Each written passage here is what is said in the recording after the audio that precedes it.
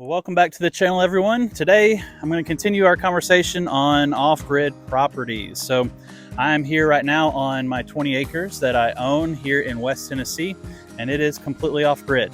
There are utilities at the road. There's not water or gas or anything like that, but I have not connected anything to the utilities, and I don't plan on it. I plan on being completely off-grid. And so I want to share with you through my research what I've discovered are 5 advantages to being off-grid and 5 disadvantages to being off-grid. So we'll start with the advantages. The first is energy independence.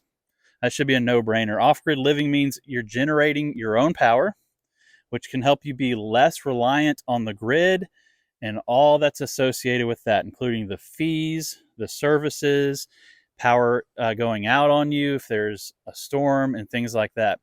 Gives you just a level of independence that you won't have if you're on the grid.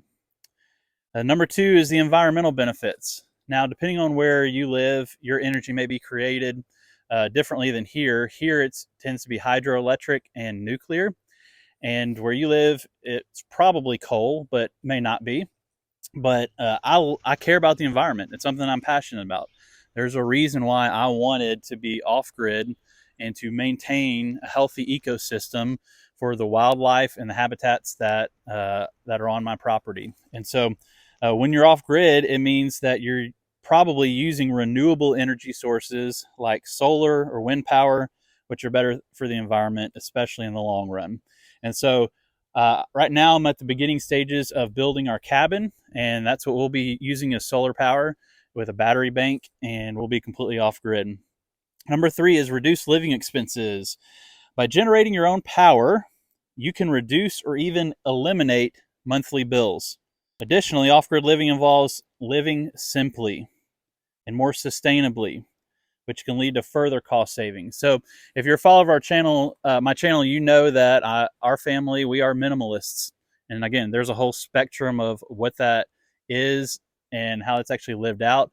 But we just don't want to have a bunch of stuff and be feeding into that ecosystem of just collecting more things that go into a landfill eventually. And so, but being off grid means you're not going to have 500 light fixtures. You might have 2 in a cabin.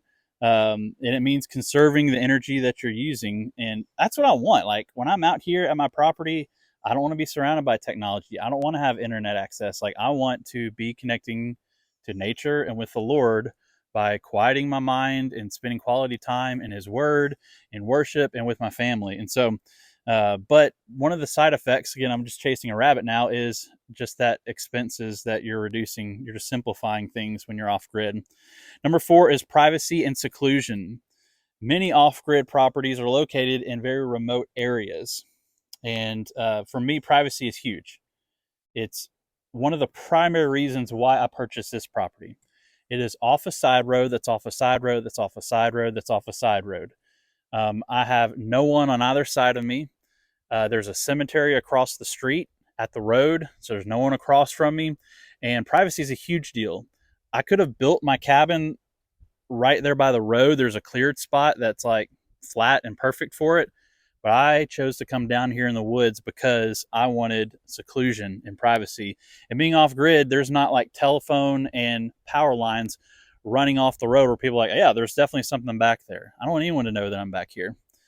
And number 5 advantage to being off grid is self-sufficiency. I'm not relying on anybody. I'm just relying completely on myself. And if I'm going to bet on anyone, it's going to be on myself and on my family. So that's 5 advantages to having an off-grid property and being off-grid. Let's look at 5 disadvantages. The first is the upfront costs. If you look at solar, power banks, things like that, it's very expensive. Now, things have gotten better, and there are government incentives that help offset that when you do your taxes and stuff. But it's more expensive. But in the long run, and in most states, about 7 years or so, solar will pay for itself, depending on your usage and all that stuff. Number 2 is maintenance and upkeep. It's all on you. If you're going to be off grid, you're the one that is going to have to take care of the equipment, cleaning solar panels, maintaining your battery banks, making sure that you're running them at the right efficiency and things like that.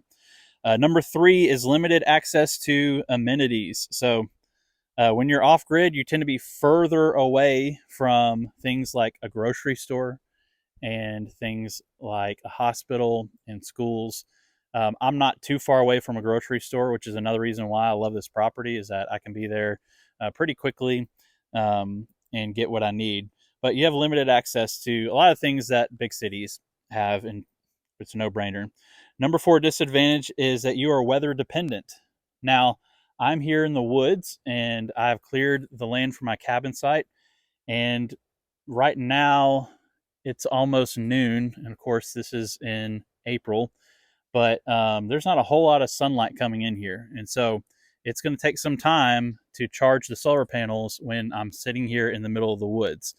And so highly dependent upon weather. If it's cloudy, then I'm not going to be generating any electricity, but I have there are some clearer spots that I could move my Jackery to and charge, and that's typically what I do when I'm out here.